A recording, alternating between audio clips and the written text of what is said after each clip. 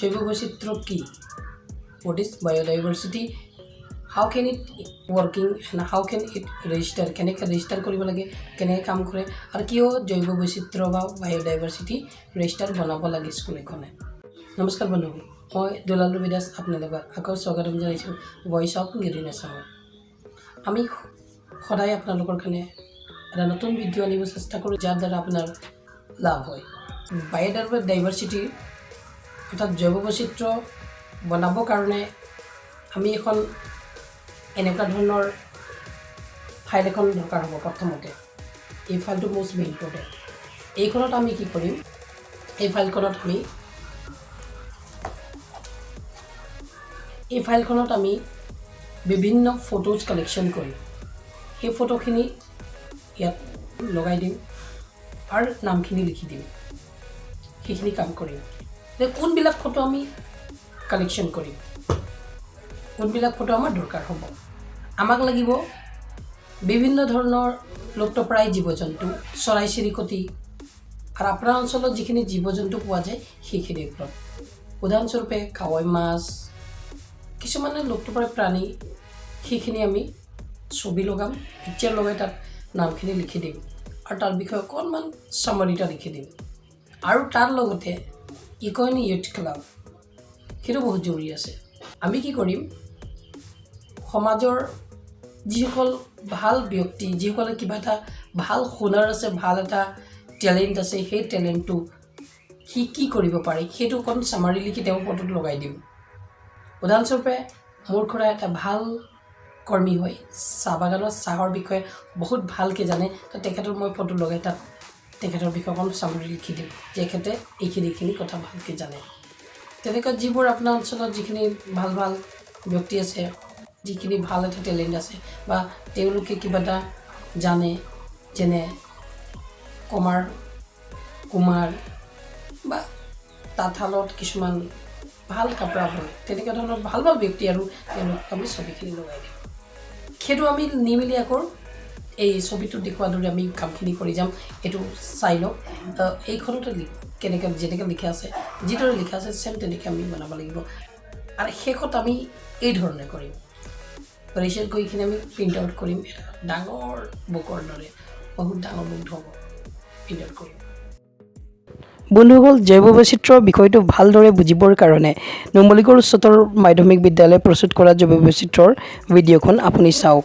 মৌচুমী গগৈ বাইদেৱে কিদৰে জৈৱবৈচিত্ৰ্য বা বায়'ডাইভাৰ্চিটি প্ৰস্তুত কৰিছে, কিদৰে ক'ত গৈছে, ক্ষেত্ৰ ভ্ৰমণ কৰিছে, কালচাৰেল ফটোছৰ পৰা আৰম্ভ কৰি কেনেদৰে কালেকশ্যন কৰিছে, সকলোখিনি বিতংকৈ এই ভিডিঅ'টোৰ দ্বাৰা আপুনি গম পাব। এই ভিডিঅ'খন চাই আপোনাৰ স্কুলৰ কাৰণে আপুনিও বায়'ডাইভাৰ্চিটি বা জৈৱবৈচিত্ৰ্য প্ৰস্তুত কৰিব পাৰিব। চাওক এটি বিশেষ প্ৰতিবেদন আপোনাৰ বাবে। নমস্কাৰ, মই মৌচুমী গগৈ, শিক্ষয়িত্ৰী, নুমলীগড় উচ্চ মাধ্যমিক বিদ্যালয়। আমাৰ বিদ্যালয়ত চৰকাৰৰ নিৰ্দেশনা অনুসৰি ইক' ক্লাব গঠন কৰা হয়। আমি এই অঞ্চলৰ বিভিন্ন তথ্য, জলজ, স্থলজ, প্ৰাণী তথা উদ্ভিদৰ তথ্য আহৰণ কৰি এখন তথ্য সম্বলিত পুথি তৈয়াৰ কৰিবলৈ আমি চেষ্টা কৰিছোঁ। আৰু এই উদ্দেশ্যে আমি নুমলীগড় অঞ্চলৰ বিভিন্ন ঠাই পৰিদৰ্শন কৰিব লগা হৈছে। আৰু আমি কেনেধৰণে আমাৰ বিভিন্ন কাৰ্যসূচী আমি ৰূপায়ণ কৰিছিলোঁ, পদক্ষেপ গ্ৰহণ কৰিছিলোঁ, আহকচোন চাওঁ। তোমালোকে দেখিছা, আগতে আহিছানে ইয়ালৈ? আহিছা। এইবিলাক গছ গছনি দেখিছিলা আগতে? দেখিছা। এতিয়া তাতকৈ বেছি দেখিছানে কম দেখিছা? গছৰ সংখ্যা কম হয় নহয়? বিভিন্ন কাৰণত এইবোৰ কাটিব লগা হৈছে, কিন্তু ইয়াত বেলেগ বেলেগ ধৰণৰ চব গছ একে জানো? দেখিছানে, ইয়াত বেলেগ বেলেগ ধৰণৰ গছ আছে হয় নহয়? ইয়াত সৰু ডাঙৰ কিছুমান ধৰা ধূনা গছো আছে, কিছুমান ইয়াত বেলেগ বেলেগ ধৰণৰ কি আছে, চৰাই ইয়াত আশ্ৰয় লয়, খাদ্য খায় হয়নে? তাতে মৌ বাঁহ লৈ আছে দেখিছা? সৰু মৌ নহয়, বৰ মৌ। ইয়াত চাবলৈকে বেলেগ বেলেগ ধৰণৰ ঠাইৰ পৰা মানুহ আহে। ক্লাবৰ পৰা আহিছোঁ। আমি নুমলীগড়ৰ আশে পাশে ঠাইবোৰৰ বিষয়ে আপোনাৰ পৰা কিছু কথা জানিবলৈ আহিছোঁ। আমি আপোনাৰ পৰা জানিব বিচাৰিছোঁ, আমাৰ ইয়াৰ মানুহে মানে আপোনালোকে জীৱিকা আমাৰ এই অঞ্চলটো সাধাৰণতে কৃষি প্ৰধান অঞ্চলেই হয়। আমাৰ যোনটো ডাউন লেভেল আছে, এটা হ'ল আপ লেভেল, সেইটো টিলা ধৰক চাহ খেতি হয়। আৰু আমাৰ যিটো দ অঞ্চলত ধান খেতি, সৰিয়হ খেতি, বিভিন্ন শাক পাচলিৰ খেতি হয়। ইকো ইউথ ক্লাবৰ পৰা আহিছোঁ। আমি আপোনালোকৰ ৰদুৱাৰ গাঁৱৰ তথ্যৰ ওপৰত কিছু বিশ্লেষণ কৰিব বিচাৰিছোঁ। সেইকাৰণে আমি ৰদুৱাৰ গাঁৱৰ বিষয়ে আপোনাৰ পৰা কিছু কথা জানিব বিচাৰিছোঁ। মোৰ গাঁৱত জ্বলন্ত বানপানীৰ সমস্যাও আছে। তাৰ মাজতে আমাৰ গাঁৱত সৰহভাগ কৃষিজীৱী খেতিৰ ওপৰতে নিৰ্ভৰ কৰে। কবিৰাজ আছে কবিৰাজ আছে কেইজনমান, বনৌষধিয়ে দিয়ে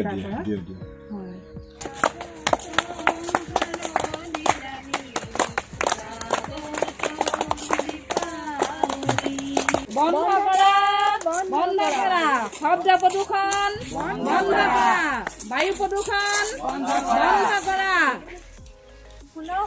শুনক ৰাইজ, দীপাৱলীৰ দৰে পবিত্ৰ উৎসৱত আমি ফটকা বোমা আদিৰ দৰে বিভিন্ন ধৰণৰ বোমা ফুটাই পৰিৱেশ প্ৰদূষণ কৰিব নালাগে। অত্যাৱশ্যকীয়। গতিকে প্ৰথমটো ক'লো মই সুস্বাস্থ্যৰ কাৰণে পুষ্টিকৰ খাদ্য অতি প্ৰয়োজনীয়। দ্বিতীয়টো কৈছোঁ সুস্বাস্থ্যৰ কাৰণে শাৰীৰিক পৰিশ্ৰম অন্ততঃ 1 ঘণ্টা প্ৰতিজন ছাত্ৰ ছাত্ৰীয়ে কৰাটো অতি প্ৰয়োজনীয়। নমলীগড়ৰ বিভিন্ন ঠাই পৰিদৰ্শন কৰি বনজ, স্থলজ, জলজ প্ৰাণী তথা উদ্ভিদৰ বিভিন্ন তথ্য আহৰণ কৰি সেইবোৰৰ স্থানীয় নাম, বৈজ্ঞানিক নাম, ব্যৱহাৰ হোৱা অংশ আদি সকলো সন্নিৱিষ্ট কৰি এক তথ্য সম্বলিত পঞ্জীয়ন পুথি প্ৰস্তুত কৰা হৈছে আৰু সেইখন সংৰক্ষণৰ ব্যৱস্থা কৰা হৈছে। সেই পুথিত সন্নিৱিষ্ট বিভিন্ন তথ্যসমূহ হ'ল সাধাৰণ তথ্যৰ বিৱৰণ। ইয়াত স্থানীয় জলবায়ু, বতৰ, বৰষুণৰ পৰিমাণ, পুৰুষ, মহিলা, জনসংখ্যা, মাটিকালি তথ্য ইয়াত উপলব্ধ আছে। ঠিক তেনেকৈ স্থানীয় বৈদ্য, হাকিম, পৰম্পৰাগত চিকিৎসা আগবঢ়োৱা ব্যক্তি, পোহনীয়া জীৱ জন্তু, গাঁৱলীয়া ঔষধৰ বিষয়ে জ্ঞান থকা ব্যক্তিৰ তালিকা এইসমূহ অন্তৰ্ভুক্ত কৰা হৈছে। নুমলীগড় বিভিন্ন জাতি জনজাতি সম্প্ৰদায়ৰ মিলনভূমি। গতিকে এই অঞ্চলত বসবাস কৰা জাতি জনগোষ্ঠীৰ তথ্য এইদৰে আহৰণ কৰা হৈছে। ইয়াৰ পাছৰ পৰ্যায়ত ইয়াৰ থলুৱা কৃষিভূমিত উৎপাদিত বিভিন্ন শস্য, ধান, মাহ এইবিলাকৰ তথ্য ফটোসহ আহৰণ কৰা হৈছে। একেদৰে এই অঞ্চলত উপলব্ধ বিভিন্ন ফলৰ গছ এইবিলাকৰ বৈজ্ঞানিক নাম, উৎপাদন হোৱা ঋতু সকলো সন্নিৱিষ্ট কৰা হৈছে। ঠিক একেদৰে এই অঞ্চলত উপলব্ধ বিভিন্ন ধৰণৰ ঔষধি গছ এইবিলাকৰ থলুৱা নাম, বৈজ্ঞানিক নাম আৰু উদ্ভিদৰ কোন কোন অংশ আমি ঔষধ হিচাপে ব্যৱহাৰ কৰোঁ সকলো ধৰণৰ তথ্য ইয়াত সন্নিৱিষ্ট আছে। আজি বিশ্বজুৰি পৰিৱেশ সজাগতা সৃষ্টিৰ প্ৰয়াস কৰা হৈছে আৰু ছাত্ৰ ছাত্ৰীক পৰিৱেশৰ প্ৰতি সজাগ কৰা হৈছে আমাৰ এক ক্ষুদ্ৰ প্ৰয়াস। এই প্ৰচেষ্টা কাৰ্যকৰী কৰাত আমাৰ বিদ্যালয় ছাত্ৰ ছাত্ৰী, শিক্ষক শিক্ষয়িত্ৰী, পৰিচালনা সমিতি আৰু তথা স্থানীয় ৰাইজে আমাক যথেষ্ট সহযোগ কৰিছে আৰু অনাগত দিনত আমাৰ ইকো ক্লাবে স্থানীয় সমলবোৰ ৰক্ষাৰ স্বাৰ্থত বিভিন্ন পদক্ষেপ গ্ৰহণ কৰি সেইসমূহ ৰূপায়ণৰ চেষ্টা কৰিম। এয়াই হৈছে আমাৰ উদ্দেশ্য। ধন্যবাদ। সেইটো হৈছে বায়'ডাইভাৰ্চিটি বা জৈৱ বৈচিত্ৰ্য। আশা কৰোঁ আপোনাক ভিডিঅ'টো ভাল লাগিলে। যদি ভাল লাগে লাইক কৰিব, ভিডিঅ'টো শ্বেয়াৰ কৰিব, কমেণ্ট কৰিব, কিবা সুধিব লাগি থাকিলে আৰু ৰঙা বটনটো দবাই চেনেলটো ছাবস্ক্ৰাইব কৰিব বা লাইকনটো দবাই দিব প্ৰতিটো ভিডিঅ'ৰ notification at first in year mobile. আজিলৈ আহিছোঁ পাম আনি সুন্দৰ ভিডিঅ' সৈতে। হয়তো ভিডিঅ' চাই থাক সবাই চব দি আছে। Thank U.